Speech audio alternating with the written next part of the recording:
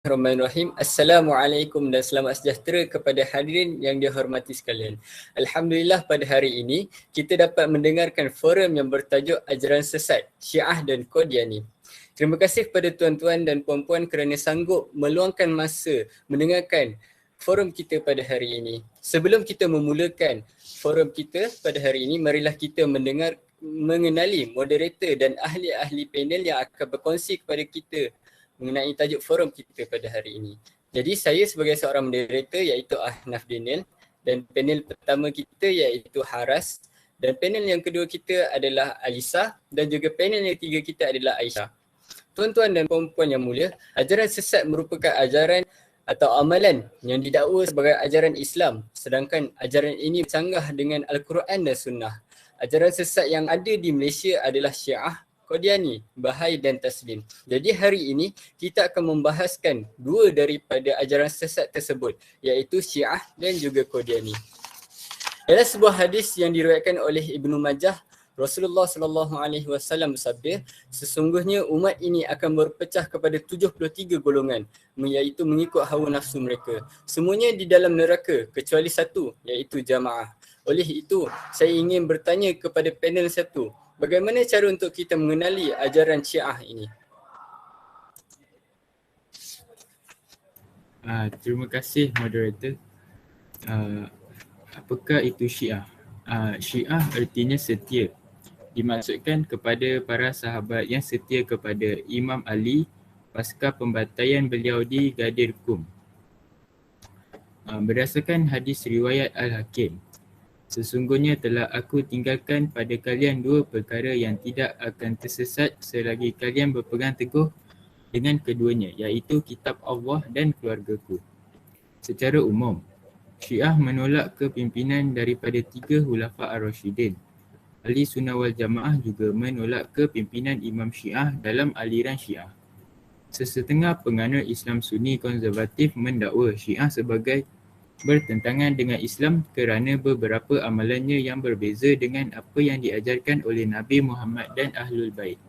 Namun begitu, secara keseluruhannya masyarakat dunia menganggap Syiah sebagai aliran kedua terbesar dalam agama Islam selepas Ahlul Sunnah. Terdapat dua pendapat jelas tentang terhasilnya ajaran Syiah. Pendapat pertama mengatakan ketika berlakunya perang Siffin di antara Ali radhiyallahu anhu dan Muawiyah. Pandangan ini secara tidak langsung mengatakan bahawa pengikut Ali beraliran Syiah manakala pengikut Muawiyah pula Sunnah wal Jamaah. Namun demikian, ia bukanlah begitu. Ijtihad yang dinyatakan oleh Muawiyah didapati tidak benar dan pendapat ahli sunnah jelas lebih cenderung kepada Ali radhiyallahu anhu. Pendapat kedua pula mengatakan kemunculan Syiah setelah kematian Husain bin Ali radhiyallahu anhu. Ketika beliau keluar daripada pemerintahan Yazid bin Muawiyah atas panggilan penduduk Iraq yang akan menyokongnya di sana nanti. Namun, mereka mengkhianati beliau dan menyebabkan beliau terbunuh di Karbala. Akibat dari pembunuhan itu, muncul sekelompok Muslim menuntut agar pembunuhan tersebut dituntut bela. Ada pula sekelompok yang lain menghukum kelompok ini kafir kerana sudah terkeluar dari pemerintahan Bani Umayyah. Lalu, berlakulah pergaduhan dan menyebabkan beberapa orang daripada kalangan penyokong Husain terbunuh dan mereka digelar Syiah. Ini secara tidak langsung menjelaskan hubungan kuat antara Syiah dan Husain radhiyallahu anhu berbanding Ali sendiri. Ini jelas apabila para pengikut Syiah menyambut 10 Muharram sebagai mengingati hari kematian Husain disambut dan tidak pula hari kematian Ali. Akibat dari peristiwa itu, wujud golongan yang menentang pemerintahan Umayyah dari segi politik sahaja, sedangkan akidah dan mazhab fiqh mereka masih tidak bertentangan dengan ahli sunnah. Mereka adalah pemimpin awal Syiah yang masih bermazhab Sunni. Seterusnya, aliran Syiah berpecah kepada cabang-cabang kecil. 3 cabang yang utama pada masa kini mempunyai bilangan pengikut yang besar, Yang paling terkenal dan terbesar ialah golongan Syiah Imam 12 atau dikenali sebagai Syiah Imamiyah yang merangkumi 90% penduduk di Iran dan sebahagian besar penduduk Iraq. Namun, terdapat juga golongan Syiah yang kecil lain termasuklah Al-Qasaniyah, Al-Zaidiyah, Al-Ismailiyah dan Syiah Imam bertujuh. Alawiyah dan Duruzi juga menganggap diri mereka Syiah meskipun mereka tidak sentiasa diiktiraf oleh Syiah yang lain. Tarikat-tarikat Sufi beraliran Syiah termasuklah Tarikat Alevi, Bektasyiyah Madani dan Fatimiyah. 20% dari penduduk Turki mengikut Tarikat Alevi sementara Lubnan dan Syria pula mempunyai bilangan besar golongan Duruzi dan Alawi.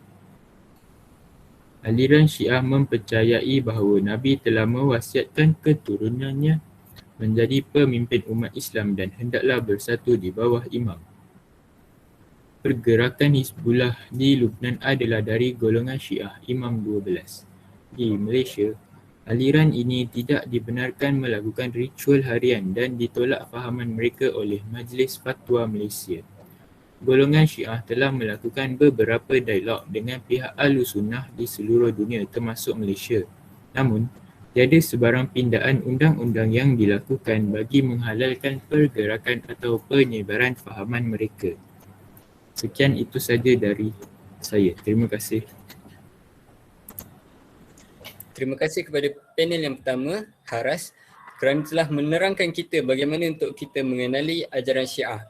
Jadi saya ingin bertanya kepada panel yang kedua, iaitu Alisa. Bagaimana untuk kita mengenali ajaran Qadiani?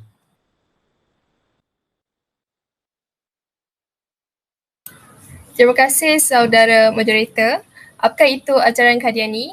Ajaran Qadiani ialah salah satu ajaran yang popular juga di Malaysia. Ajaran ini telah diasaskan oleh Mirza Ghulam Ahmad sekitar tahun 1899 Masihi, dan bagaimanakah ajaran ini telah dibawa ke Malaysia adalah ajaran ini dibawa oleh Maulana Muhammad Sadiq Ibni Barakatullah sekitar tahun 1949 Masihi. Sebelum saya menghuraikan lebih lanjut mengenai ciri-ciri kesesatan ajaran ini, saya ingin berkongsi serba sedikit mengenai biodata pengasas ajaran ini. Nama pengasas ialah Mirza Ghulam Ahmad, dilahirkan pada 15 Februari 1835 di Qadian, iaitu Qadian ini adalah satu tempat di mana terletak di Guzdafur, India. Sebelum saya terlupa, ajaran Qadiani ini juga boleh dikenali juga sebagai ajaran Qadianiyah ataupun Ahmadiyah. Ajaran Qadianiyah ini, nama Qadianiyah ini diambil sempena nama tempat lahir pengasas iaitu di Qadian, dan Ahmadiyah pula diambil sempena nama Ahmad iaitu nama belakang pengasas. Sebelum saya meneruskan, saya ingin juga berkongsi tentang pendidikan awal pengasas. Mirza Ghulam Ahmad mendapat pendidikan awal dengan mengajar Al-Quran dan mempelajari bahasa Arab serta beberapa buku-buku Parsi, namun beliau tidak mengaji dengan mana-mana ustaz, hanya mengikut kefahaman beliau sahaja. Jadi Mirza Ghulam Ahmad ini seorang yang mempunyai asas Islam. Tapi bagaimanakah seorang pemuda yang mempunyai asas ini boleh menjadi seorang pengasas yang mengasaskan ajaran sesat? Sejarahnya bermula pada kurun 19, iaitu pada kurun 19 ini disifatkan sebagai fasa krisis pemikiran, iaitu berlaku pertembungan antara Barat dan Timur, dan juga pertembungan agama iaitu Islam dan Kristian. Jadi disebabkan perkara ini, pada tahun 1857 telah meletusnya satu reformasi India yang besar yang telah menyebabkan kecelaruan akidah. Hal inilah berlaku munculnya kelompok sufi yang terpesong, nabi-nabi palsu dan sebagainya. Jadi Mirza Ghulam Ahmad ini telah mengambil kesempatan untuk menyebarkan fahamannya dan dakwah-dakwahnya. Oh ya, Mirza Ghulam Ahmad ini juga pernah melibatkan diri dalam perdebatan dalam menegakkan dakwah Islam. Jadi Mirza Ghulam Ahmad ini telah menulis sebuah buku yang bernama Barahin Ahmad, dan disebabkan penulisan inilah beliau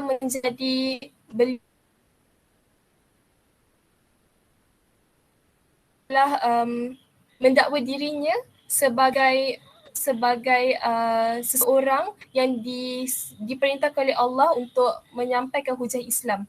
Dan beliau juga mendakwa dirinya adalah orang yang sangat sesuai untuk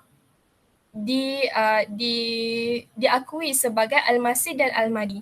Ini adalah detik-detik permulaan bagaimanakah pengasas iaitu Mirza Ghulam Ahmad ini telah menyeleweng beberapa perkara dan akhirnya telah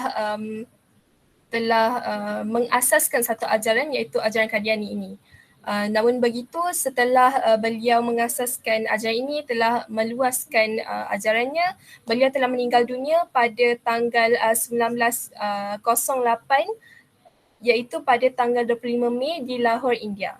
Itu sahaja daripada saya serahkan kembali kepada Tuan Moderator. Terima kasih kepada panel yang kedua kerana telah menerangkan kepada kita bagaimana untuk kita mengenali ajaran Qadiani. Jadi saya ingin bertanya kepada panel yang ketiga iaitu Aisyah, bagaimana ajaran Syiah dan Qadiani boleh tersebar di Malaysia?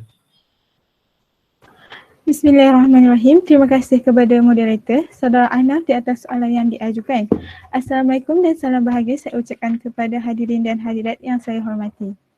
Ajaran Syiah tersebar di Malaysia melalui cara-cara berikut. Antaranya ziarah rasmi dan tidak rasmi rombongan-rombongan dari pemimpin-pemimpin Iran ke Malaysia. Ziarah tersebut diakhiri dengan ceramah-ceramah, keterangan berkenaan dengan akidah dan ajaran Syiah.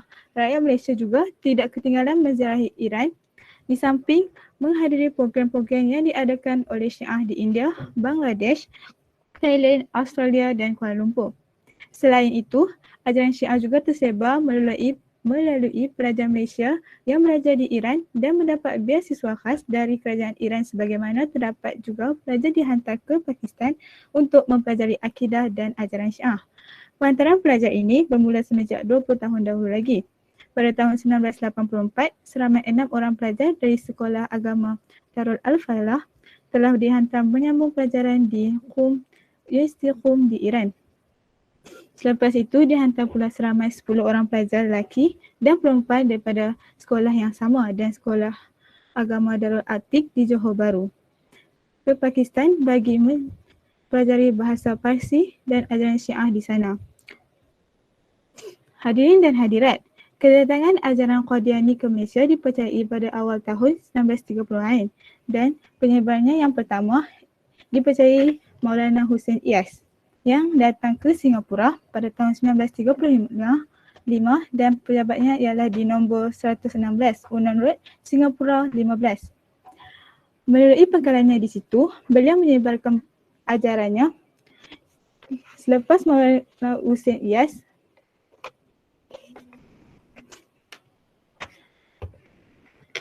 datang pula Maulana Muhammad Sadiq bi Barakatullah.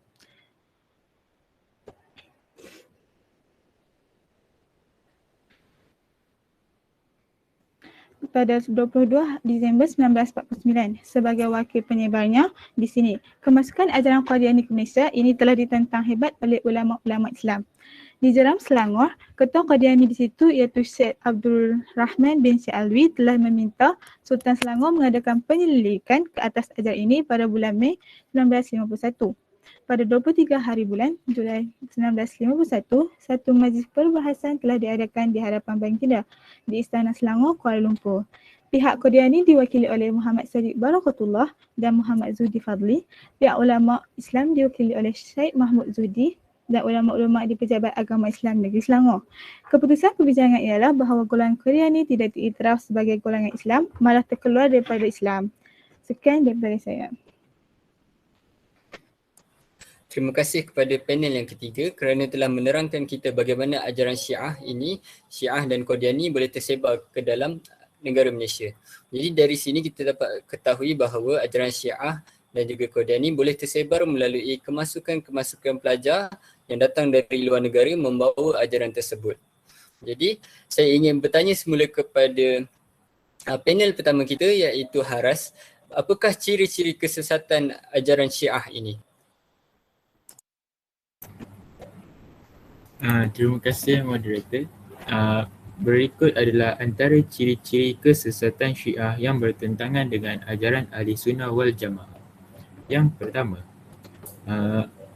bagi golongan Syiah, imam adalah maksum. Syiah meyakini bahawa imam-imam adalah maksum, iaitu terpelihara daripada dosa kecil dan besar dari peringkat kanak-kanak hinggalah meninggal dunia. Kedudukan mereka sama seperti Nabi-Nabi. Pada iktikad mereka, imam memelihara syariat dalam kitab Al-Qaid Al-Imamiyah oleh Syekh Muhammad Redha Al-Muzaffar. Yang seterusnya, kemunculan Imam Mahdi bersama orang yang telah mati. Golongan Syiah mempercayai bahawa Allah akan menghidupkan semula orang-orang yang telah mati ke dunia ini bersama-sama Imam Mahdi untuk menghukum orang-orang yang telah melakukan kezaliman seperti Saidina Abu Bakar, Saidina Umar, Saidina Uthman, Aisyah, Hafsah, Muawiyah dan lain-lain lagi. Yang ketiga, golongan Syiah suka berpura-pura. Mengikut akidah Syiah, Al-Taqiyah ialah menunjukkan sesuatu yang boleh membahayakan diri atau harta bendanya dengan melahirkan yang bukan hakikat sebenar dari kandungan hatinya. Al-Taqiyah ini diamalkan dalam setiap perkara kecuali dalam masalah arak dan menyapu huf. Yang keempat, golongan Syiah menyanjung Saidina Ali secara keterlaluan. Syiah menyanjung Saidina Ali secara berlebih-lebihan sehingga disametarafkan dengan Rasulullah. Bahkan dalam beberapa hal, Saidina dianggap lebih tinggi lagi.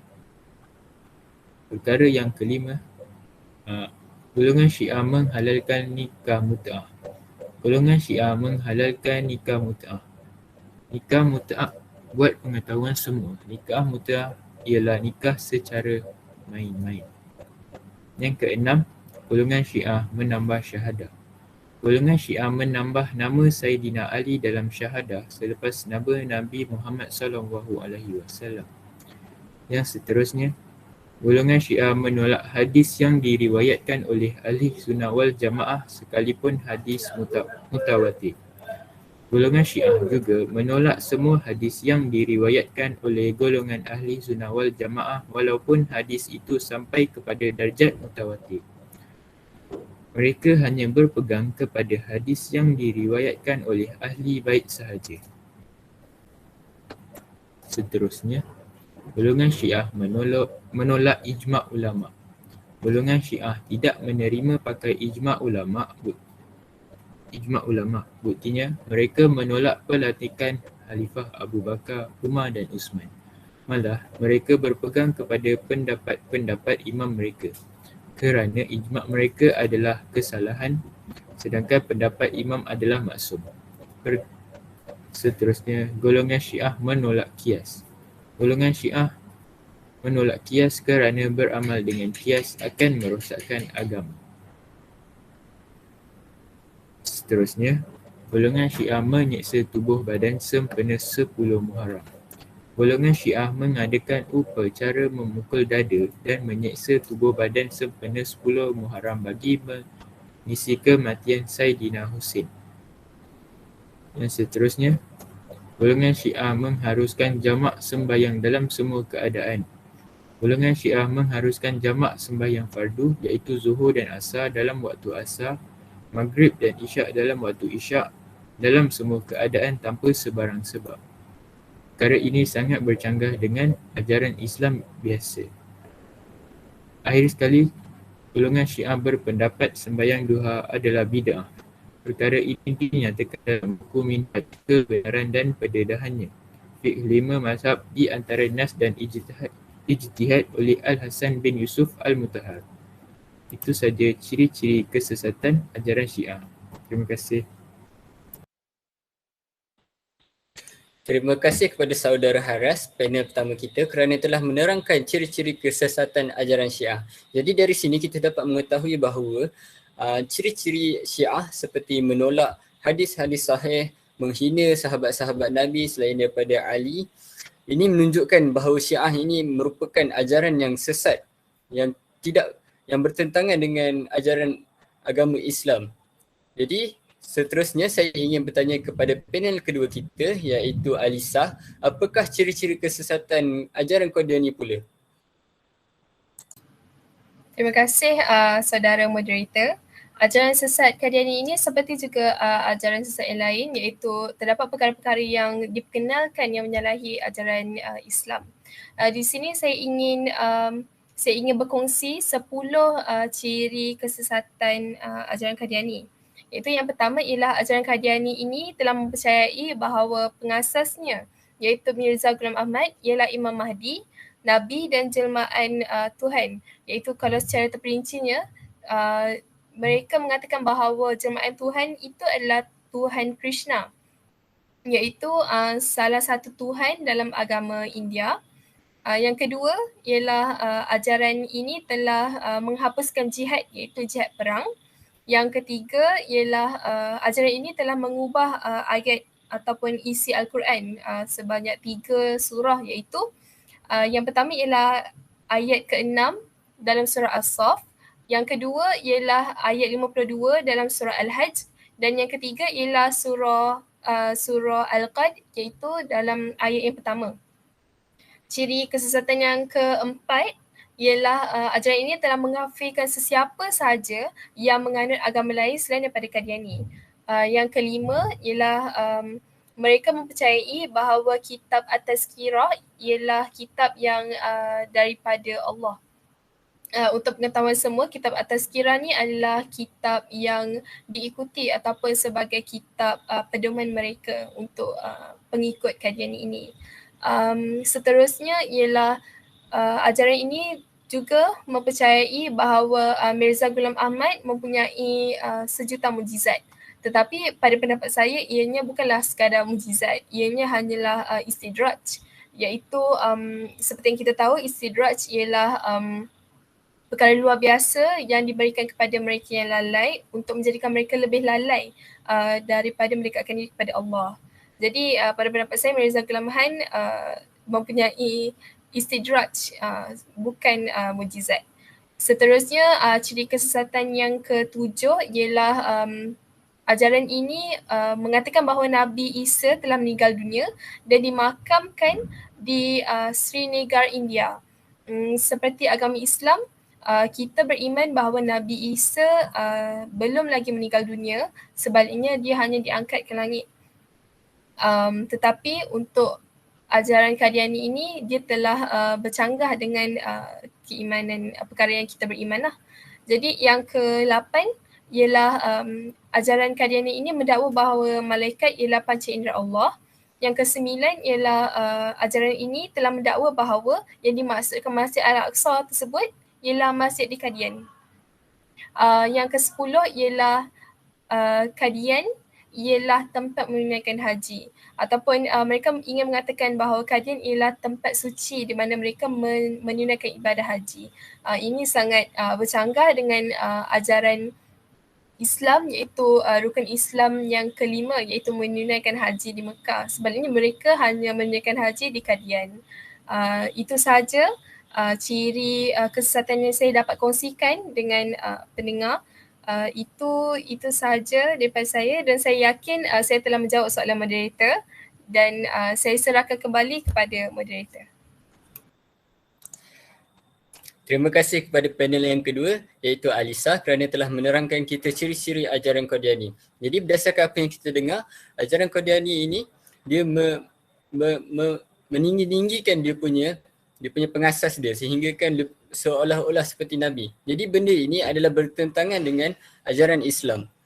Oleh itu kita perlu hindarkan untuk mengetahui ajaran, untuk mempelajari, untuk mengikut ajaran Qadiani ini. Jadi saya ingin bertanya kepada saudari Aisyah iaitu panel yang ketiga, bagaimana untuk kita